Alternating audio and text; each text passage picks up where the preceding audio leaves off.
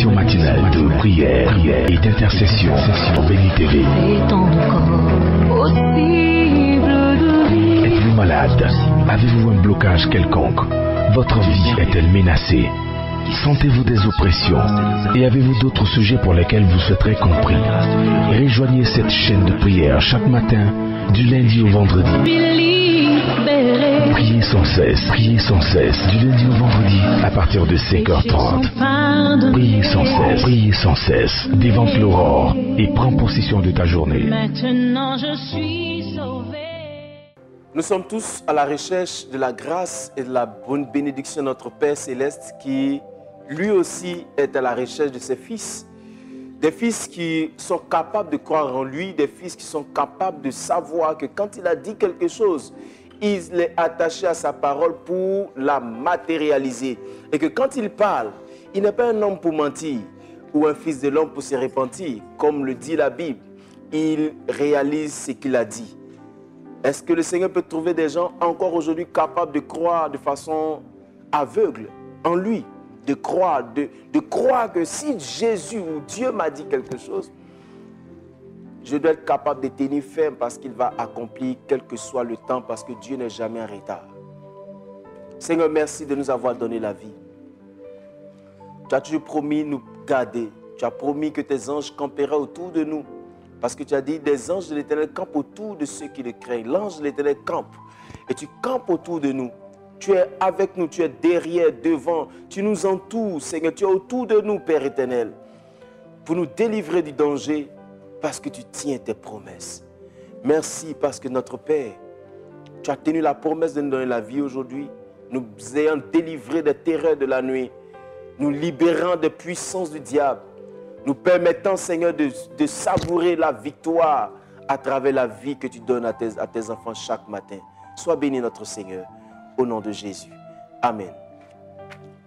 Il y a des raisons de croire au Seigneur. J'ai envie que nous parlons simplement aujourd'hui. Il y a des raisons de croire au Seigneur. Croire au Seigneur, ce n'est pas de façon fortuite. Il y a des gens qui se demandent pourquoi est-ce qu'ils doivent croire. Et malheureusement, ils ne peuvent pas croire parce qu'ils n'ont pas le secret qui peut me permettre de croire et de ne jamais faiblir. J'ai envie de vous lire en parallèle ce verset. De 1 Samuel chapitre 17, le verset 26. Il dit ceci. David dit aux hommes qui se trouvaient près de lui, « Que fera-t-on à celui qui tuera ce Philistin et qui ôtera l'opprobre de dessus d'Israël? Qui est donc ce Philistin, cet incirconcis pour insulter l'armée du Dieu vivant ?» Moi, j'aimais bien l'expression « Que fera-t-on » Dans d'autres versions, c'est autre chose. Que fera-t-on à celui qui va tuer cet homme? Que fera-t-on? Parce que, mon frère, il ne veut pas engager ma vie dans quelque chose où je vais perdre. Et dans la version parole vivante dit, David demande aux soldats qui sont près de lui, qui est ce Philistin non circoncis qui se permet d'insulter l'armée du Dieu vivant? Qu'est-ce qu'on va donner à celui qui tuera ce Philistin pour effacer l'insulte lancée contre Israël? Qu'est-ce qu'on va donner? Le Seigneur savait qu'on allait lui poser ces questions. Quand le Seigneur était avec ses disciples, quelqu'un lui a demandé, il a dit, on a laissé père, mère, tout ça là. Si on te suit, c'est pourquoi? Il dit, celui qui a laissé son père, sa mère, ses frères, pour me suivre, va retrouver toutes ces choses avec des persécutions. Vous savez, aujourd'hui, j'ai juste envie de vous dire que nous avons des raisons de croire au Seigneur. Mais nous ne croyons pas parce que nous ne comprenons pas ses promesses. Et le diable fait un effort, on dira ça comme ça, pour nous empêcher de jeter les regards dans la parole de Dieu. Parce que jetant les regards dans la parole de Dieu, nous allons découvrir les promesses de Dieu qui vont galvaniser, qui vont nous pousser, qui vont nous faire avoir la foi. Parce que la foi est basée sur les promesses que le Seigneur nous donne. Une foi sans contenu, sans promesse, n'est pas une foi. Parce que je crois en quoi? Sur quelle base? Parce que la Bible dit la foi est une ferme assurance des choses qu'on espère. C'est vraiment, on espère quoi? Quelqu'un nous a dit quelque chose, donc c'est ce qu'il m'a dit que j'espère avoir. Mon père vient et dit, je vais te donner une voiture. Je suis content. Je me réjouis en espérance. Parce que je sais que mon Père qui a dit qu'il va me donner une voiture tient ses promesses. Et j'aime bien quand la Bible dit, Dieu n'est pas un homme ni un fils de l'homme pour mentir, pour se repentir. Il ne nous arrache pas même ce qu'il nous donne déjà, même si on s'éloigne de lui après. Mais aujourd'hui, le chrétien est faible dans sa foi parce qu'il ne comprend pas les promesses de Dieu. Pourtant, la Bible est claire, la Bible nous a tout donné.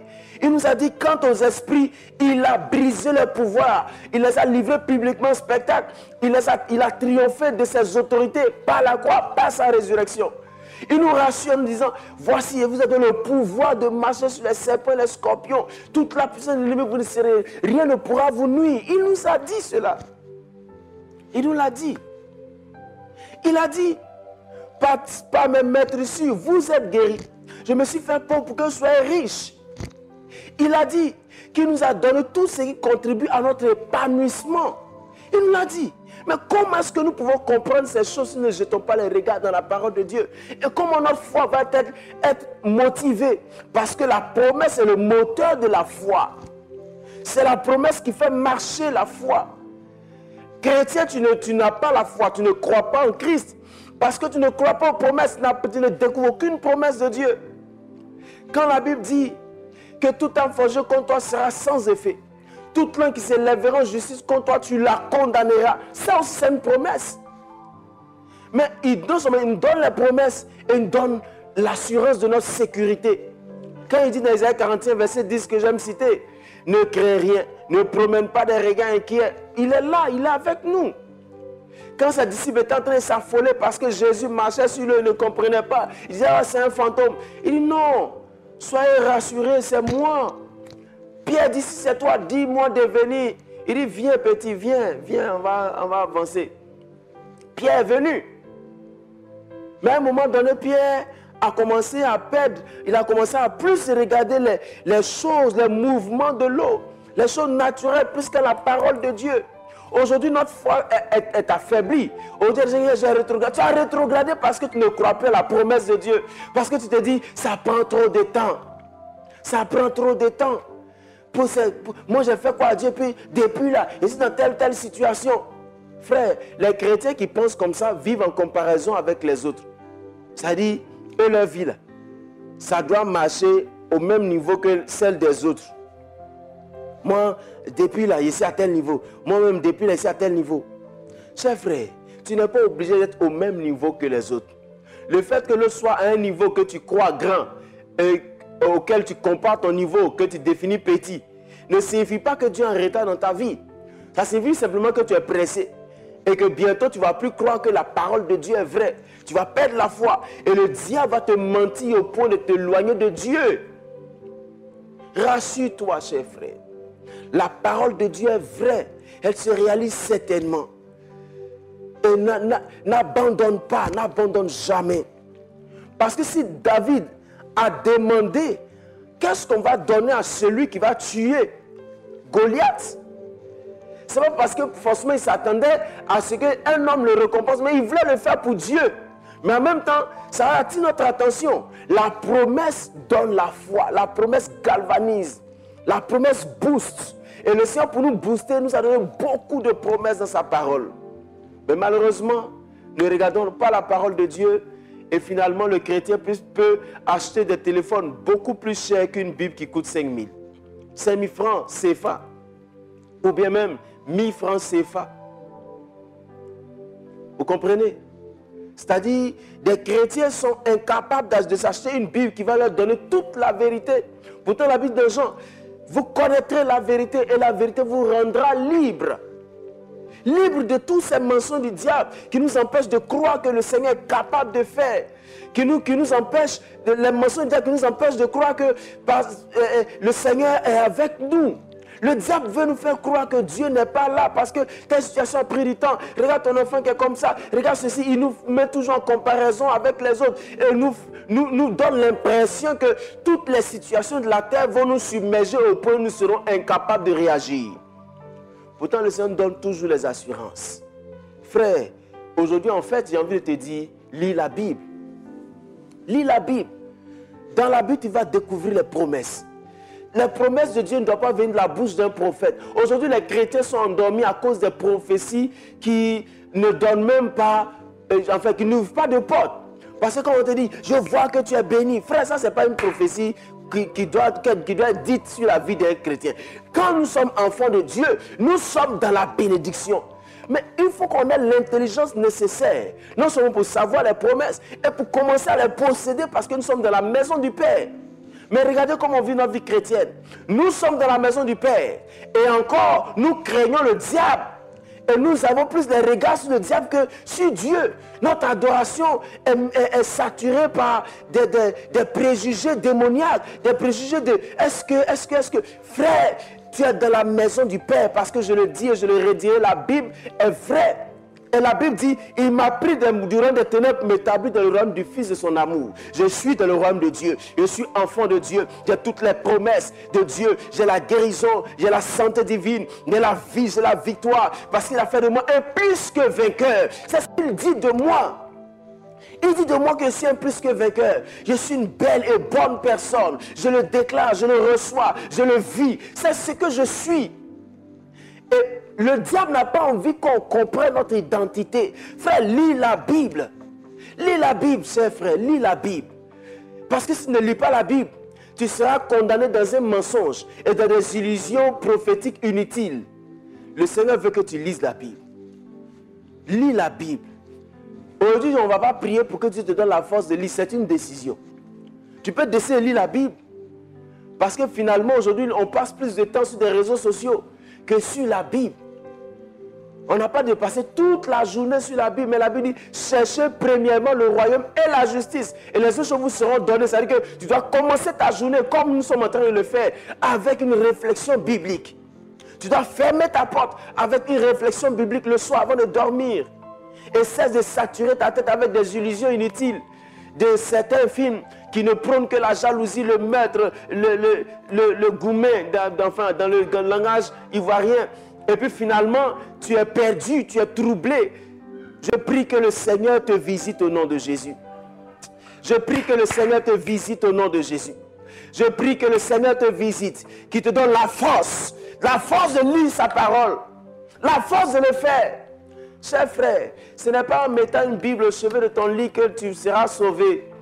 Ça, c'est une pratique religieuse sans fond, sans signification. Je dors, je mets la Bible au chevet de mon lit, puis je me sens rassuré. Frère, ce qui rassure, c'est ce que la Bible a dit. C'est ce que Dieu dit de nous. Est-ce que Dieu nous donne comme parole?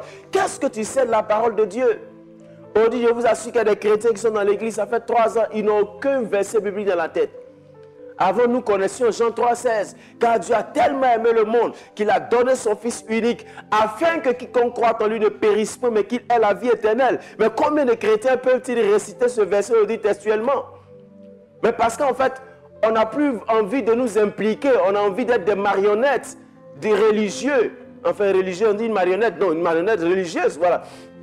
C'est comme ça, c'est-à-dire que nous sommes là et puis Dieu fait tout pour nous. Non, Dieu ne fera pas tout pour toi, il a déjà tout fait. Il est mort à la croix de Golgotha, payé un grand prix pour toi. Frère, je prie que cette paresse qui t'a envahi quitte ta vie au nom de Jésus. Parce que le travail que tu cherches, sa promesse est dans la parole de Dieu. La stabilité du foyer que tu cherches, a sa promesse dans la parole de Dieu. Les enfants que tu cherches ont leur promesse dans la parole de Dieu. La stabilité émotionnelle de tes enfants que tu cherches se trouve dans la parole de Dieu. Tu veux faire de grandes affaires. Les stratégies des affaires se trouvent dans la parole de Dieu. Il faut que tu lises la Bible. Tu es médecin, tu es géographe, tu es historien. Lis la Bible et tu comprendras parce que même dans la Bible, il y a les livres d'histoire. Lis la Bible. Le chrétien n'aime pas lire la Bible. Chers frères, chères sœurs, je vous en prie, achetez-vous des Bibles et cessez de compter sur des illusions inutiles. On donne souvent des prophéties qui nous donnent des informations et pas d'orientation pour que nous puissions poser des actions qui vont nous permettre de pouvoir nous épanouir sur la terre. On vit que dans les illusions. La Bible n'est pas illusion. La Bible est la vérité. Et la vérité donne l'orientation. Et l'orientation donne une action. Et l'action donne une destination. Et la destination donne le repos. Il faut que tu aies le repos. Aspire au repos, cesse de rêvasser parce qu'un prophète m'a dit telle chose, un prophète m'a dit telle chose. Je prie que ces illusions quittent ton esprit au nom de Jésus. Change ta mentalité, commence à Prends la Bible ce matin et lis la Bible toi-même. Lis la Bible. Ça m'étonne quand les chrétiens disent, parce que je ne sais pas comment lire la Bible. Comment est-ce que tu lis les livres?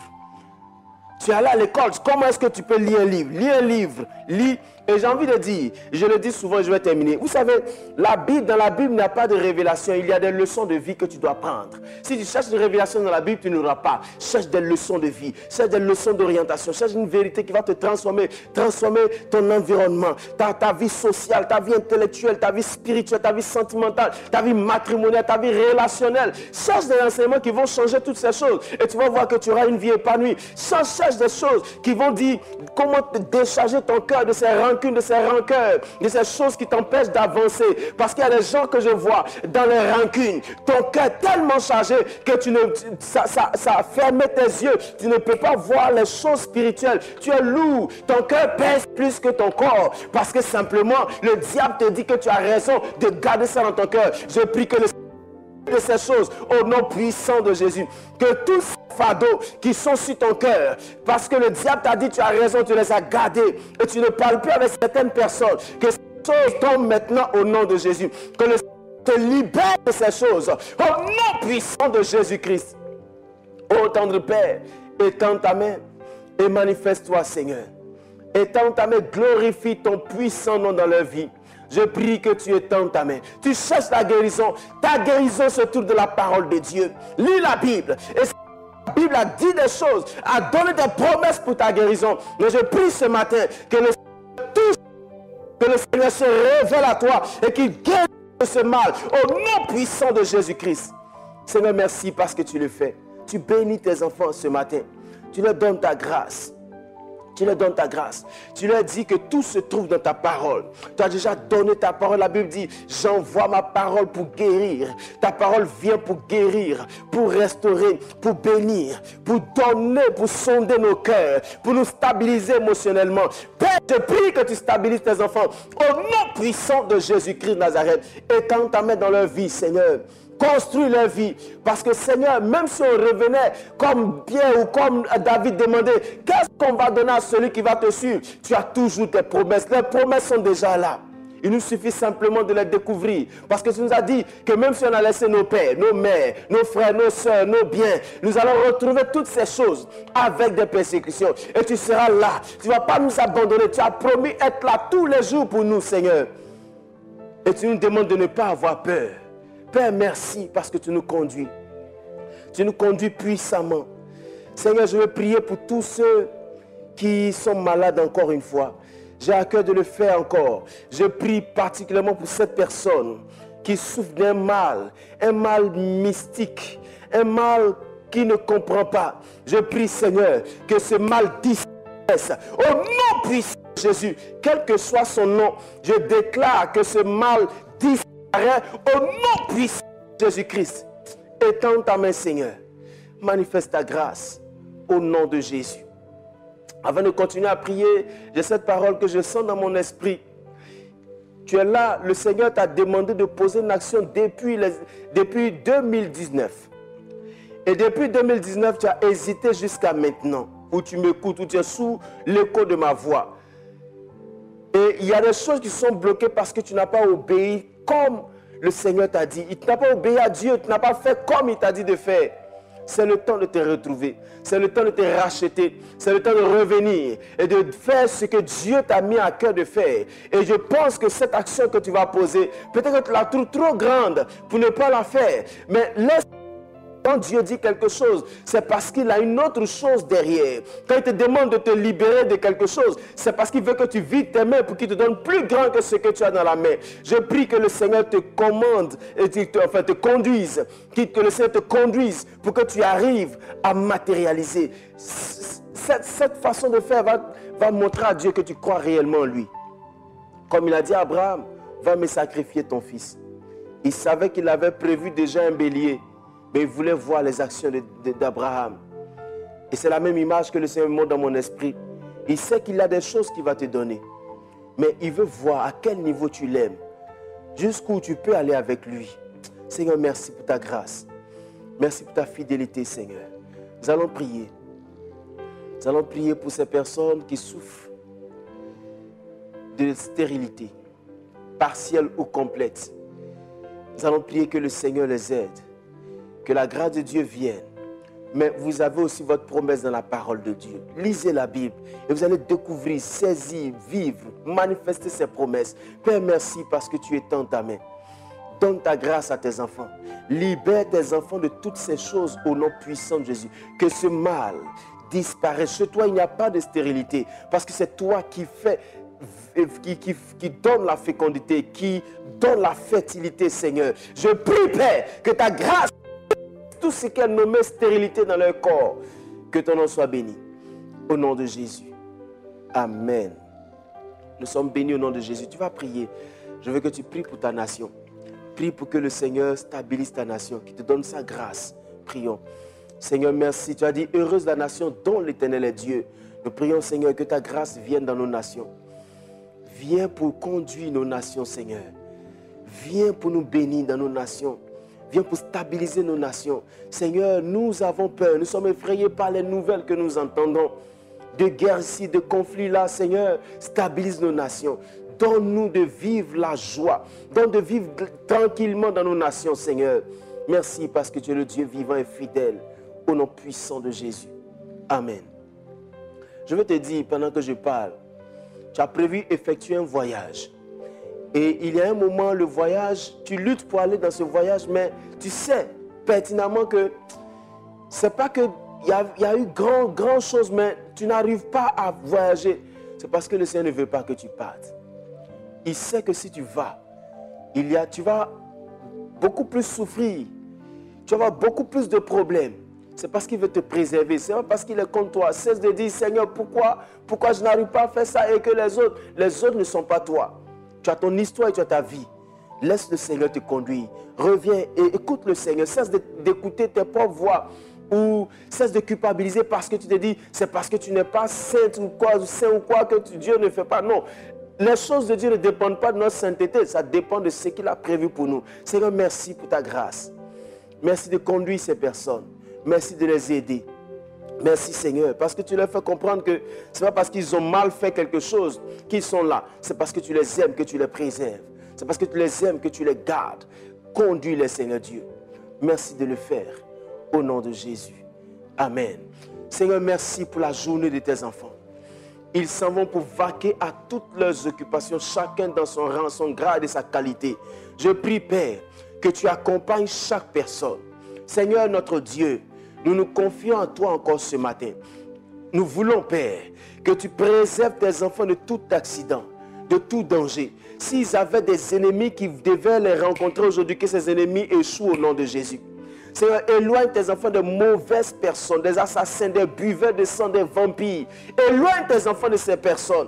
Seigneur, que ces mauvaises personnes ne localisent pas tes enfants. Si quelqu'un avait prévu gruger de tes enfants, garde-le, sauve-le, délivre-le, Père éternel.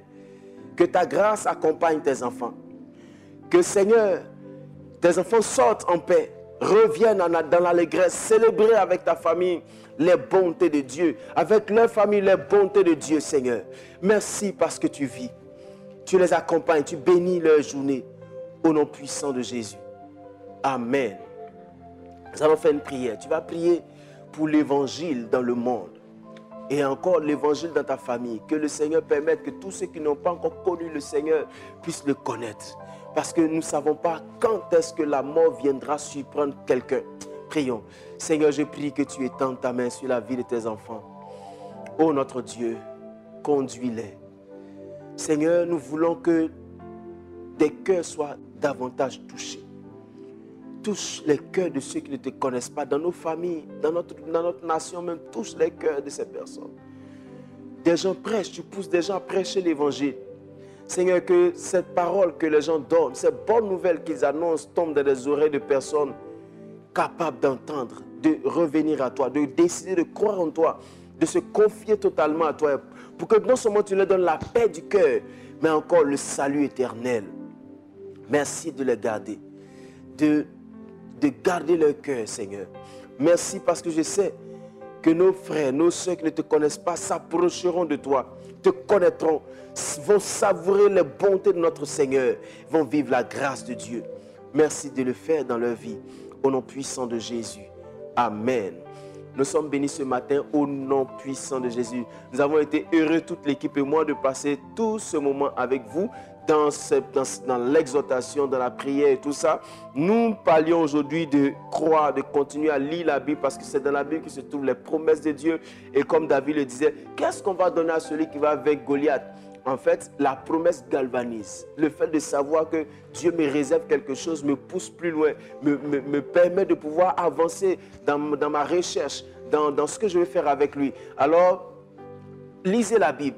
Comme je l'ai dit, vous êtes malade, vous avez un besoin, vous voulez faire des affaires, lisez la Bible parce que tout se trouve dans la Bible. Et dans la Bible, il n'y a pas de révélation, il y a des leçons de vie qui nous emmènent à la transformation et qui nous conduisent dans le royaume de Dieu. Que la grâce du Seigneur vous soit communiquée, gardez le sourire et la foi. Et si vous avez besoin d'être enseigné, vous avez besoin d'être écouté, vous avez besoin de parler tout simplement ou de prière, nos numéros s'affichent là sur votre écran, plus 225 07 78 37 52 78, plus 225 07 78 37 52 78. Et nous serons là pour vous écouter sur WhatsApp, sur notre page Facebook ou encore sur victianakwasi@yahoo.fr. Et la grâce du Seigneur nous sera partagée en grande quantité. Et n'oubliez jamais, le Seigneur ne vous abandonnera jamais. Bonne journée à vous. Priez sans cesse. Votre nouvelle émission matinale de prière et d'intercession sur Béni TV. Êtes-vous malade? Avez-vous un blocage quelconque? Votre vie est-elle menacée? Sentez-vous des oppressions? Et avez-vous d'autres sujets pour lesquels vous souhaiterez compris? Rejoignez cette chaîne de prière chaque matin, du lundi au vendredi. Priez sans cesse, du lundi au vendredi, à partir de 5h30. Priez sans cesse, dévante l'aurore et prends possession de ta journée. Maintenant je suis sauvée.